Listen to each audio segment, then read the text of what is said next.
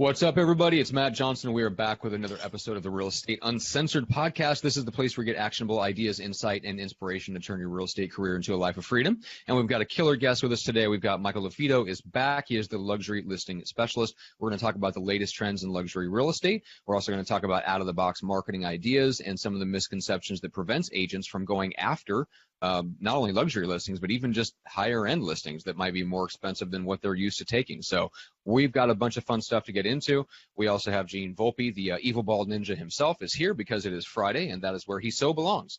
Right here in the co-pilot's seat. Anyway, but the real co-pilot, the junior grandmaster himself, is here where he belongs. Greg McDaniel. Greg, what's up today? What up, man? Hey, dude, it is a beautiful, beautiful Friday here in Northern California. I'm super excited to be here with everyone. Michael is coming back from a speaking gig where he is, kicked ass and took names as usual. We're seeing some big shifts and changes in the real estate market, both luxury and, more of the standard marketplaces around the country. So I'm excited to kind of hear his point of view on this thing. We have the bold Volpinator with actually not his shiny head today. What happened to your shiny head? You have dumped it down with a hat, I see, my friend. You can see how goofy this thing looks on me. I'm channeling my 20-year-old Are you supposed raver. to be a skater? You're supposed to be a skater? Sure, that's good. There you go. How's that? Better? There's the Volpinator I know. There's the Gene we know and love. All right, so we've got a bunch of stuff to get into, but there was a question that caught my eye that I want to start with Michael on. By the way, Michael, just fill people in on kind of where you're at and the event that you're coming back from. Yep. So I'm Michael LaFido, based here in the Chicagoland market. I just did a 2-hour training on how to break into and sell more high-end and luxury properties. And I was just coming from a training in downtown Chicago. So sorry, I'm driving.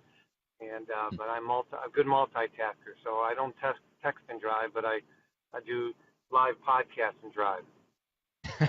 That's right. It's all perfectly safe. I was going to say the driving public in Chicago has no reason to fear. Just don't be watching. No. Okay.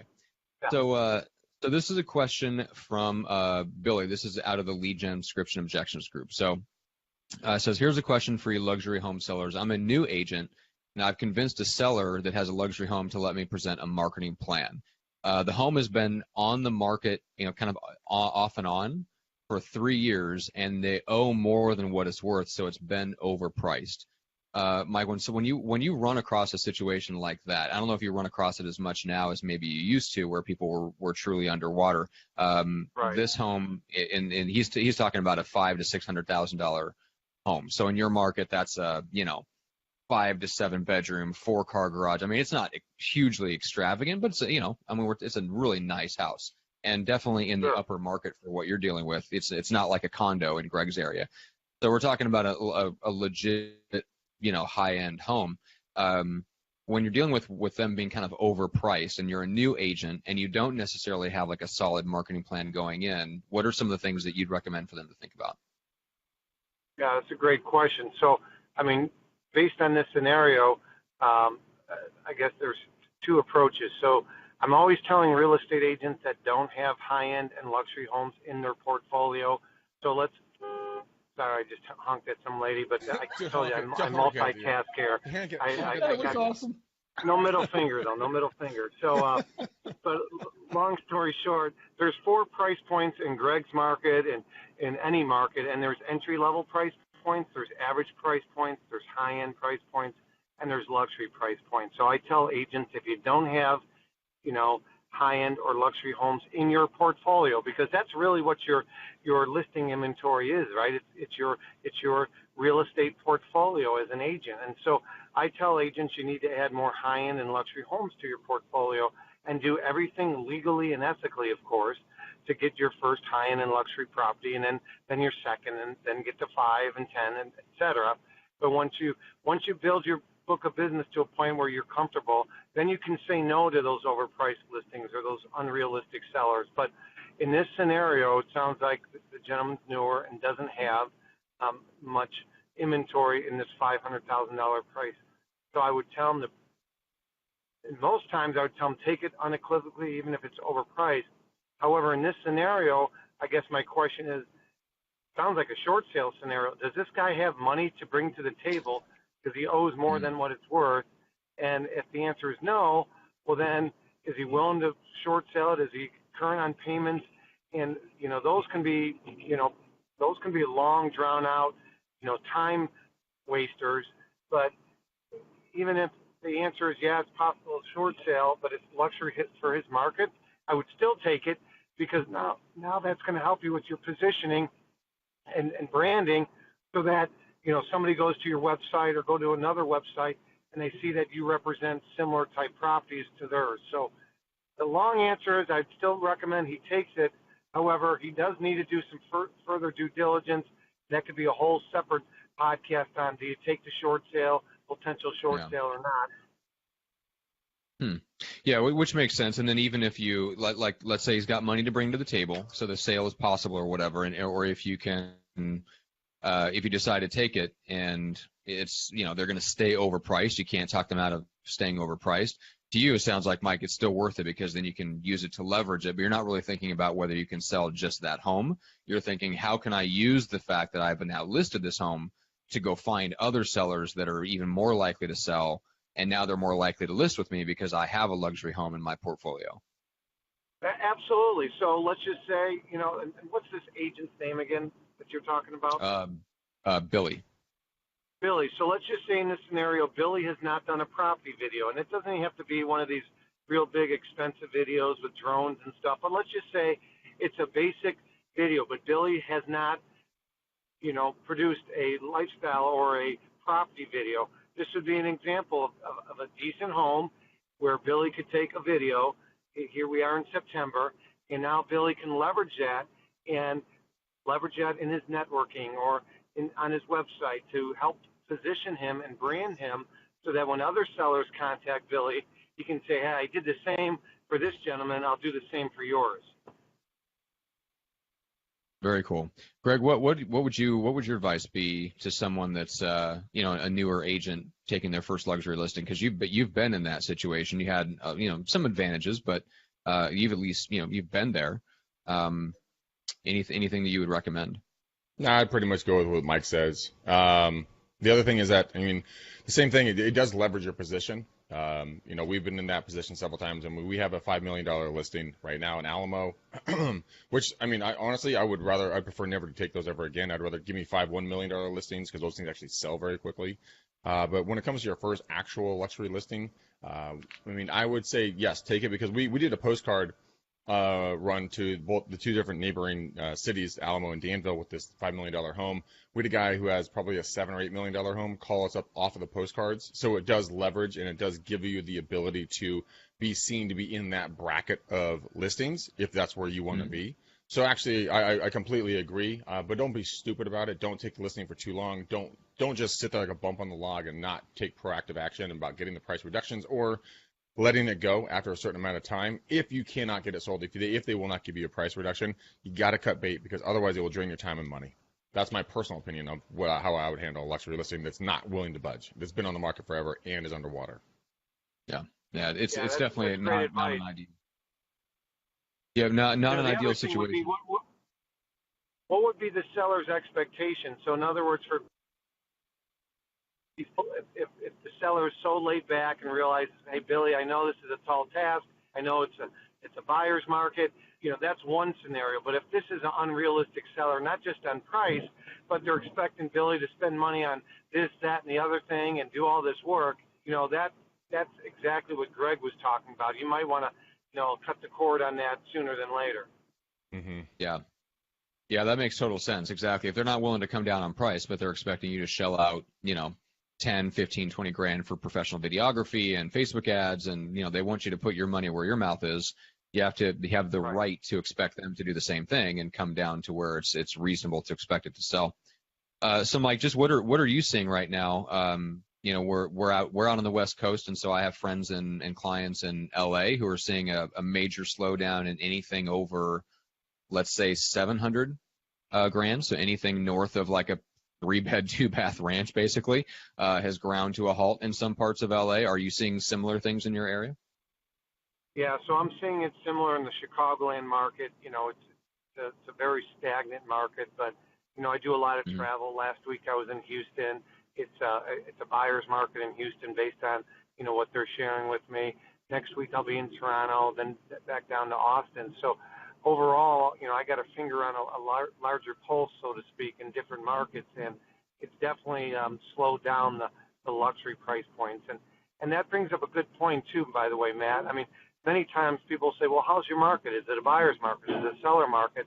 But it's really relative to price points. So you might be watching this show and saying, well, thank goodness we're still in a seller's market. But I challenge you that in every market, at some price points, the shift occurs from a buyer's market to a seller's market. And excuse me, from a seller's market to a buyer's market. And that's usually in the luxury space where the shift occurs from a seller's market to a buyer's market. A buyer's market, as you know, is a market that's stagnant. It's slower. Days on the market have increased. List-to-sale ratio decreased. And things aren't moving. So in every market, there's a what we call a buyer's market. Even if you're in a hot market, there's still a buyer's market. In that market, might be $10 million plus, but every market has a buyer's market. But to answer your question directly, overall, we're seeing things slow down a bit as well here in Chicago, and the other agents that we coach and speak to, I'm seeing the same thing in their markets. Yeah. Greg, does that resonate with what you're seeing in your area in terms of like having those pockets where they behave differently from the rest of the market? And we're seeing a complete slowdown, 100% slowdown. Really? We're seeing everything in our lower end, which is kind of crazy for the most of the country, but the 650 range, we went from 699 down to 650, and we're sitting there like a bump on the log, man. We're just not moving. It's a nice house. We can't figure it out. Also, our upper echelon prices, not upper end, more of our middle range are kind of our average prices, like the $2 million plus. We have one for 2.2, one for 2.5. We're bringing another one on for 2.3, and they've all just stagnant across the board. We've seen a complete breaks on all pricing. It's the weirdest thing. We see dogs of a house sell, but we see these nicer homes that they don't sell, and it's for the dumbest reasons. We got a message from an agent today that they were going to write an offer, like the offer was out for DocuSign, and then like, oh, there's a tragedy in the family. We can't sell it. We're going to list a property in the South Bay for 1.7. All of a sudden, there's a tragedy in the family. He can't concentrate on the contract. It's a weird. I don't know what's going on, but there's something in the air going on right now. That's what we're experiencing. I mean, Mike, Matt, Gene, guys, thoughts? Yeah. Well, let's turn to Gene because you've got you're talking to a lot of clients. Are you hearing anything similar from what they're dealing with on the East Coast? Just kind of changing perceptions, changing tastes, or maybe any fear, I guess, hesitancy to jump into the market? I don't know that fear is the word. I actually, one of my guys is on the stream right here chatting, and he's saying he's a broker in the area, and he's saying somebody's hitting the brakes here hard too. So really? It's kind of, I feel like from my perspective, it's a little stagnant. Like the big dogs are still getting a lot of the listings. So that sort of hasn't slowed down, but I think that it's a gut, right? Like it's more of a gut for me that things are just kind of flatlining a little bit. It isn't bad one way or the other, and I can't figure out if it's the market, if it's the president, if it's the end of the year. It could be a combination of those things, but it feels like it's not dead, but it's certainly flatlined. Yeah.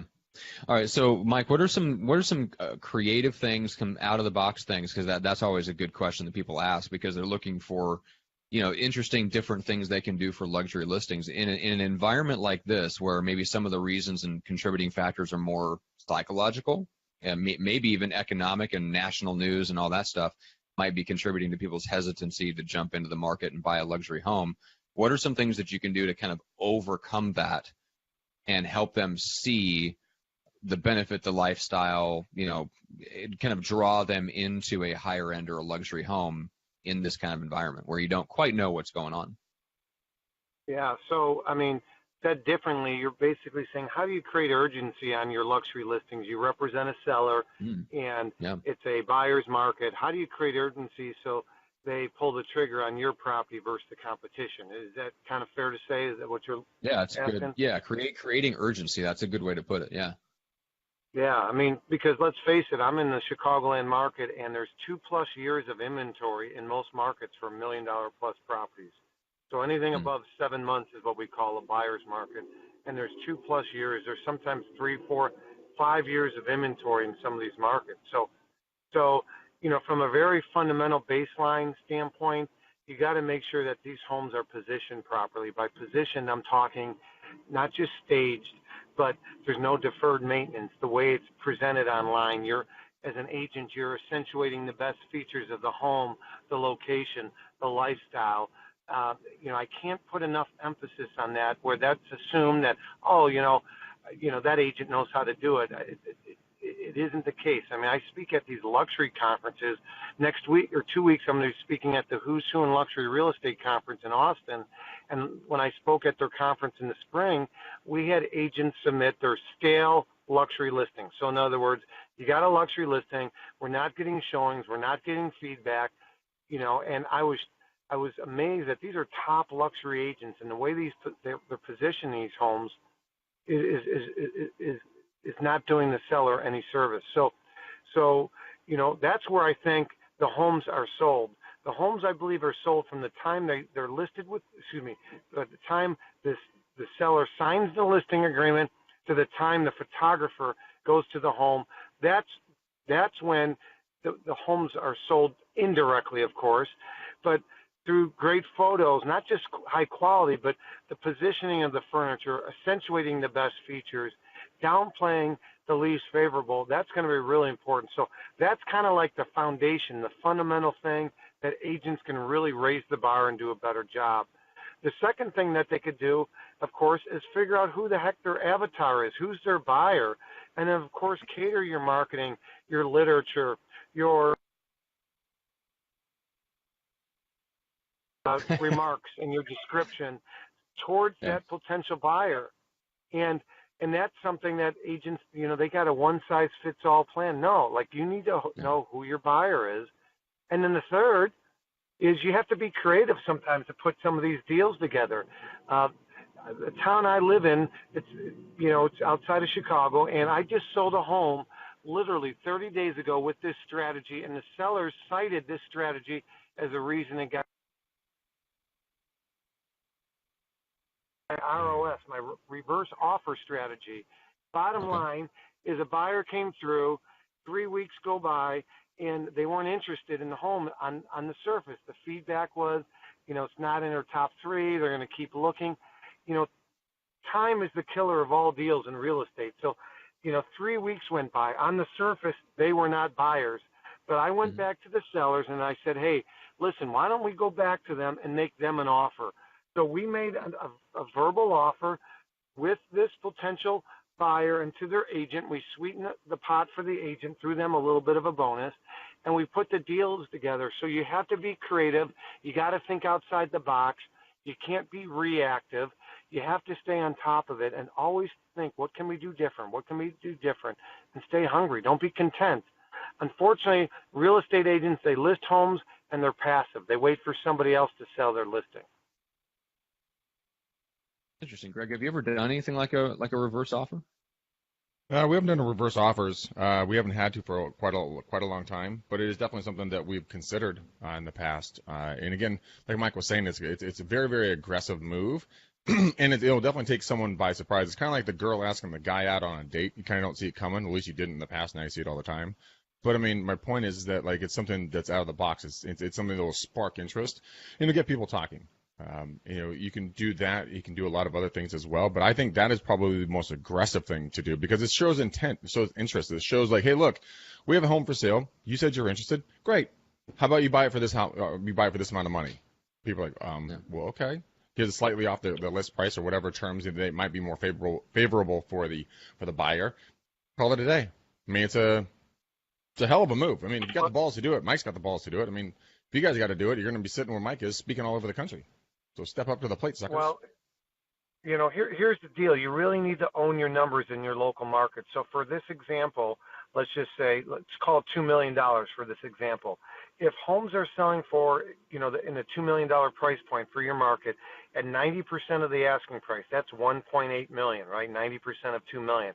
So in that scenario, I might say if Greg's the buyer's agent, if we're role playing, I might say, and Greg's the buyer's agent, and Matt, you're the seller, I would say, hey Matt, you remember early on when I told you that homes in your price point are selling around 90% of the asking price. Okay. We're role playing here, Matt. I remember we talked about that when we listed the home. Yeah. Remember that? Yeah. So that would be about 1.8, Matt, and we haven't done a price adjustment ever, or in this case, we haven't done one in 6 months or 9 months or 3 months, whatever, fill in the blank. So Matt, we had this buyer that came through 3 weeks ago, and they doesn't appear that your home is number one on their list. So what I'm about to suggest, it's a long shot, but I don't think we have a whole lot to lose. So, my suggestion would be we go back to them at a 95% offer, which is 5% more than the average. So that would be $1,900,000, but maybe we do $1,895,000. It just sounds better. So we go back to them at $1,895,000, and we don't bring up percentages to the buyers and their agent because they're going to go on our MLS and see, oh, well, that's a 95% offer. That's not a good. So we're not going to bring that up to them. But what we will do is we'll go to Greg, the buyer's agent, and say, hey, Greg, my client wants to actually make your buyer an offer. I know it's unconventional, it's outside the box, but we really appreciate all the work you're doing, Greg. And if you can get a deal together, we'll throw you a $25,000 bonus as a thank you. So we're willing to sell it to your buyer for $1,895,000. We'll give you a $25,000 bonus. So what we're doing for you, Matt, is the equivalency of 1.87 right now. Yeah. Okay. By the way, I'm not taking that $25,000 bonus out of my pocket. That's something the seller is paying above and beyond what they already agreed to pay us in fees. So 870 for you, Matt, but that's $70,000 more than what the market average is. So you really need to own your numbers for your given market. Yeah, well, which is a killer strategy because basically you are going back and instead of just automatically taking a price modification and going down 10%, which then means that you're not most likely not going to get anything above that. You're at least taking a shot at getting something in between there and just splitting the difference or going halfway between your price modification, just making an offer to the buyers, and then if they don't get it, if they don't accept it, then maybe you look at the price modification, which is interesting. And then you take that and then giving them I like the sweetening the pot by giving the agent a bonus. Let's face it. The most listened to radio station that most people listen to is WIIFM. What's in it for me? And so if you get that buyer's agent on your side, and Greg now is pointing out the positives of this home. Hey, Mr. Buyer, maybe we should go back. Remember, it had X, Y, and Z, as opposed to talking about the negatives. Because let's face it, a buyer ultimately decides on the house, but an agent can influence them positively or negatively. And they shouldn't do it for monetary value. But let's face it, the average frustrated real estate agent sells, not a whole lot of homes per year, so they might. Yeah. Well, we might. So I think you just arrived at your destination, so we might lose you in the sync, like the unsyncing the phone and stuff like that. Before we potentially lose you, let people know what's the best way to connect, and then I'll give a nice plug for the podcast that we produce for you. Yeah, absolutely. Yeah. So you guys do a great job with the podcast, by the way. Thank you. So the best way to connect with me would be, on social media or Facebook. We have a page called Luxury Listing Specialist on Facebook. We have a podcast, which is on iTunes or Stitcher, known as Luxury Listing Specialist. And we put some great content out there. We have a book that's on Amazon called Luxury Listing Specialist. You're seeing a theme here, right? Luxury Listing Specialist. So, our goal is to help agents work smarter, not harder, to increase their average sale price and help them position themselves to attract more clients versus chasing. Nothing wrong with chasing and prospecting, but there's nothing like a week and a half ago, I get a call from a predominant Chicago Bear agent who says, hey, my clients just got traded and they're contacting me because we're putting great content out there that we are positioning ourselves as a leading authority versus, just prospecting all the time. And that's the key. Love it. In luxury areas, you can't just prospect all the time. You have to build a relationship. You have to build a persona, so people will want to come to you. And you've obviously done that incredibly efficiently, Mike. And if you guys, you don't have to be like Mike. You don't have to be like anyone else that's a luxury agent. If you want to just go be you in the marketplace and start building your own brand, you can do that. But don't do it at the dollar store, at the 99-cent store. I mean, you've got to step up your game a little bit. Mike's not sitting in a Toyota Camry made in 1985. Okay, he's rolling in something that's nice. He's dressing nice. He's acting like professional. So if you guys want to do that, go out and do it. But you can do it. I mean, Mike and I didn't start out, at the top of the hill. You got to start at the bottom of the hill. Roll up. I mean, learn. Step on other people. Don't step on people, but stand on other people's shoulders. Learn from other people. Matt is laughing his ass off, and so is Gene. Crush them. You heard it here first. Greg McDaniel advises you to step on other people on your way to success and end the show. Horrible advice. Horrible advice. When I said that, step on other people, I'm like, oh, shit. No, Tony Robbins talks about success leaves clues. Go figure out someone else that's been successful at something and emulate it. So, you couldn't hit the nail on the head better, Greg. And the one thing I'll tell you, because we also have a certification, it's online, on demand, 8.5 hours of content. But other certifications out there say do this, say this. Hogwash. I got a 19 on my ACT, which isn't good. And matter of fact, I got an 18 my second time I took it. My point is, be authentic and be you. We're in today's day and age where everybody's trying to be $1 million agent. They're trying to be fake. They're trying to be something that isn't authentic. Be yourself. That's the key. Okay, your authenticity will shine through. Be yourself, and good things will happen. Oh, by the way, I just was offering this at my training. So there's a copy of the book, Nice. Luxury Listing Specialist. And I'm around. So if you guys want to let me go, you can. But I'm sticking around. I got to the office, but I blocked off this whole time. Are there any other questions, Matt, that have come through? Or? Totally hang with us. The funny thing about authenticity is the fact that, like, my father, the Grand Master, I mean, he's a nice guy, but he's never been a super flashy dresser. It's not his style. His favorite place to shop is Costco. No joke. That or Land's End. But he'll roll in with his Costco shirt and his Land's End khakis on, and just charm the shit out of the people that he talks to because he's authentically him.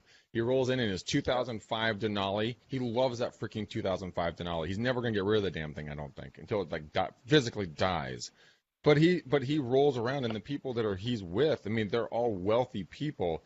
They're not rich people, and there's a distinctive difference there. So he's rolling. He's looking like the people he's around.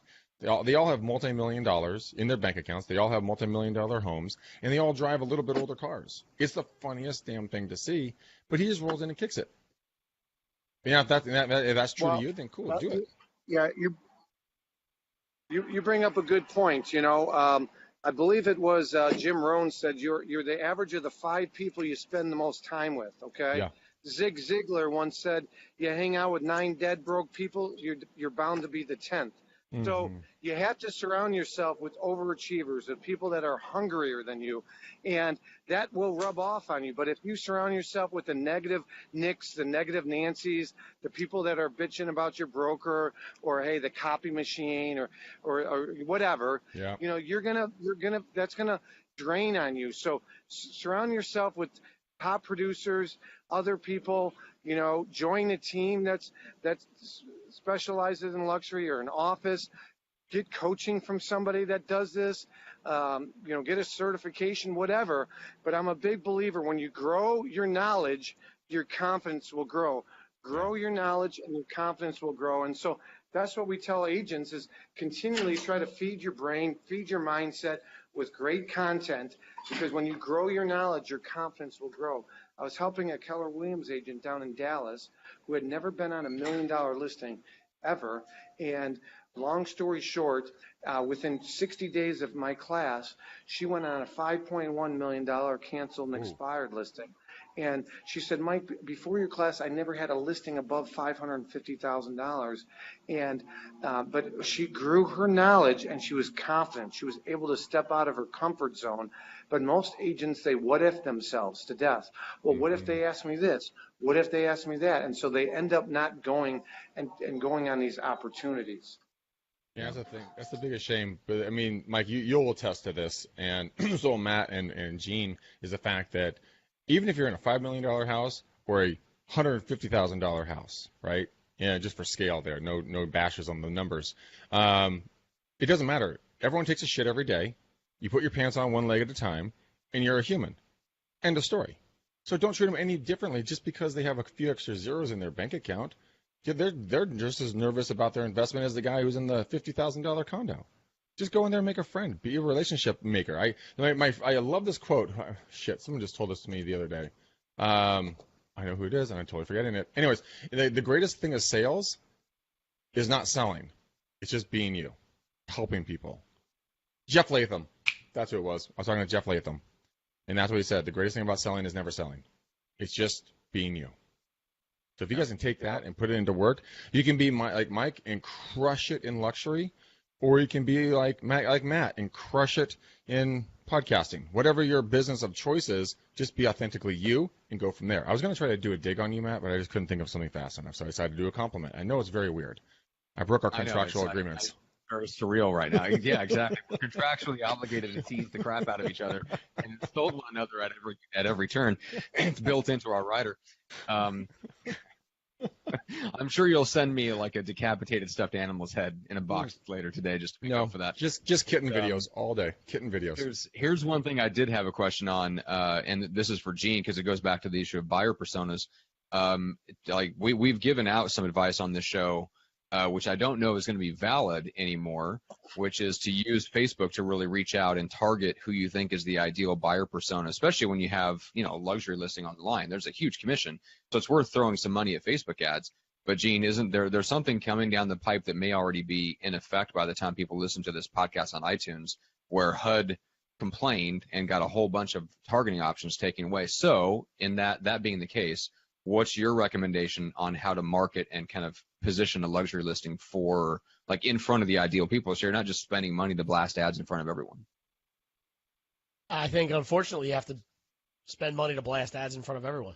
So I mean, thank you, Gene, and good night. You've been a fantastic contributor to the show. Listen, when we talk about it, I've been saying to people, from a dollar perspective, it's actually going to cost you a little bit more money to do what you did before, because you are going to end up having to target a wider range of people, of which 98% don't care about your luxury listing, right? Yeah. But that's just what HUD is making people do. I kind of find it. I think it's going to change eventually, where they're going to start to allow certain subsets of criteria. Like they're going to have to get more niche-y, if you will, But for now, so it's going to cost you a little bit more money to advertise to that group, but it just became easier for you, right? Like part of the reason to call a guy like me in is so that we can get into the weeds and pull out websites visited and this demographic and this religion and that. So you don't have the time to do that as an agent. So you're paying for it one way or the other. You're either paying an agency to do it, or you're not going to pay Facebook the extra money because you're not getting as targeted as you want to. I think that's the first layer, right? So it became easier for you to advertise because it's not as confusing, just a little bit more expensive. I don't see an issue with you retargeting, right? So I can now say so think of it from this perspective. If I get everybody's attention and send them to a web page that has that luxury listing, if I get 2% of the millions of people that I advertised in front of to go to that listing, I sort of have an idea they're interested in it, and so why can't I retarget them now through a second campaign, right? Oh, totally, yeah. Right. Well, and Mike, wouldn't you want to create a story around a listing that really speaks strongly to a certain type of buyer and kind of turns everybody else off? I mean, so there's got to be something you can do on the marketing end before we even start spending on ads to make sure that your ad attracts and speaks to the people that you think will buy the home and kind of doesn't really appeal to everybody else, right? Yeah, for sure. So, I mean, telling the story of the property, right? I mean, the story of the home is really important. The story is not just a name of a property. It's everything they get with all the amenities of the home and the location, and you're trying to tap on those emotional buttons, right? I mean, there's an old adage, people buy on emotion and they justify in logic. And, literally, I just got to my office and I have a historic property I'm selling for $1.5 million. And, I got a guy that's considering a really low offer on this property. And he's justifying it based on the state of the economy and all these left-brain analytical reasons, and which many of them are probably accurate based on Illinois and more, millionaires leaving, et cetera. But you want to get, for these unique properties, you want to get that, the wife to buy in, the husband to buy in, the kids to buy in. You want to hit on those emotional buttons so that, they don't overanalyze it, but they buy on emotion. I had a friend that just bought a Lamborghini 2 days ago. Literally, he's got a 2-car garage. I don't even know how this is going to fit in the garage, let alone he's got a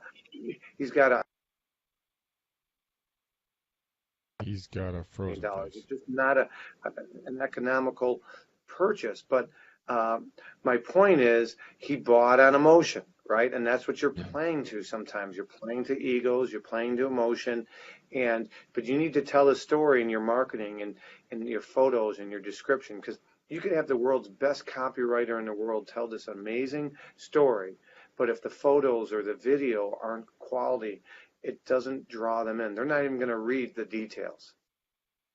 Yeah, that's interesting. And we all know we're talking about Greg here. So, Greg, why would you buy a Lamborghini when you don't have the garage space to fit it? I mean, come on, that's a rookie mistake. There's not a chance in a frog fart from hell that I would ever buy a Lamborghini. I think it's an absolute, complete, total fucking waste of money. I mean, it is a depreciating asset, 100%. But they are very sexy. They are very sexy, and the girls love them, and so do the mechanics when people don't know how to drive them. Well, speaking of sending the message out to a bunch of people that don't need to see it, this is another question I want to throw out to you guys, and we might end with this one. Lindsay says, I want to invite my database to a luxury open house that I am hosting this week. What script would you use? Before we get to the scripting part, because I'm assuming she's meaning like a phone script, Mike, if depending on what, I mean, do you want to invite your database to an open house listing? I mean, if your database isn't the ideal buyer, do you want to make the call just so that they know you're listing open house, like having an open house at a luxury listing? Like, is it a legit marketing strategy if you don't have a database that's luxury potential buyers? Well, that's a great point. So depending on her database, so if her database isn't, filled with a lot of high net worth individuals, but more entry level, pros and cons. The pros to inviting them would be, oh man, I didn't realize that Matt, represented these types of properties. And so now you're top of mind awareness. There might be other options out there. One of the things I always recommend when they're doing an educational video or a podcast is, hey, let me know if you know anybody that needs a second opinion. Maybe their home is on the market. They're not getting showings. They're not getting activity.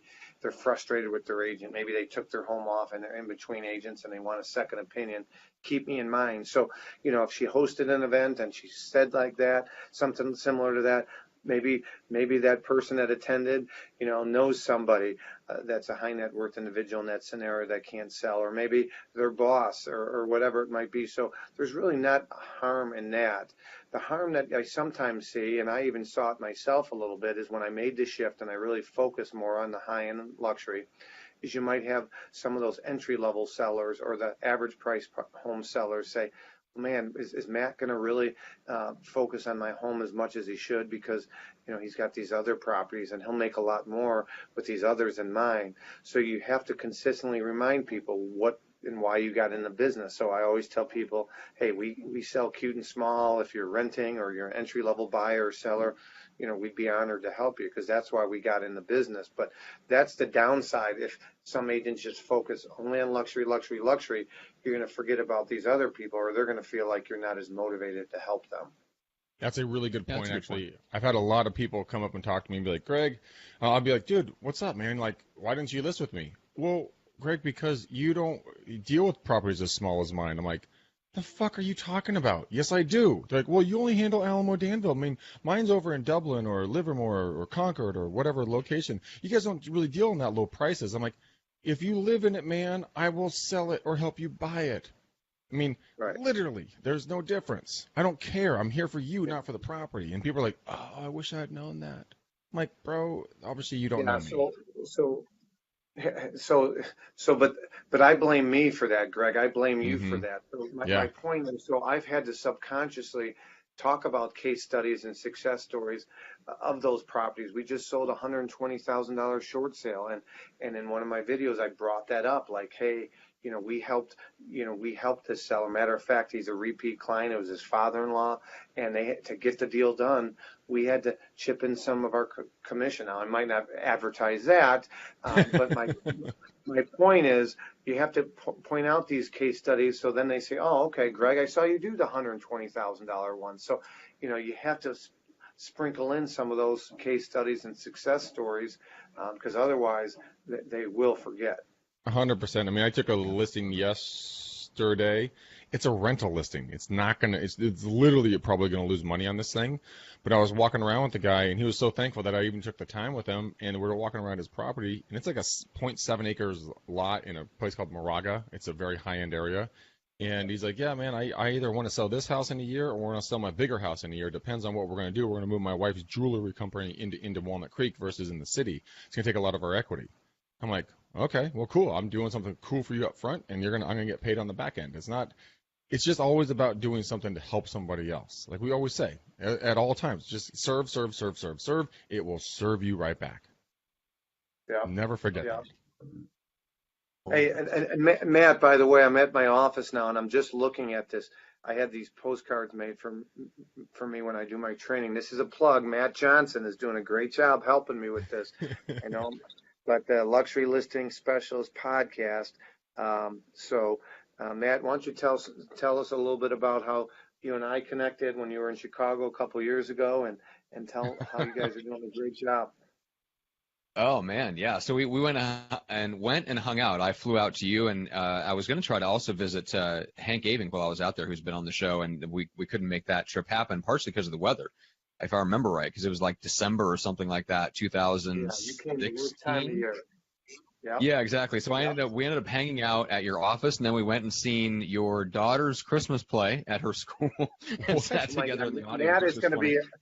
Matt is going to be an amazing father. I'm telling you right now. I said, man, I got this event at my daughter's school. I can't miss it. And God bless him. She was 4 at the time. You went there, and I was like in her classroom. Like it was like, who is this guy? But where did we have lunch? Remember?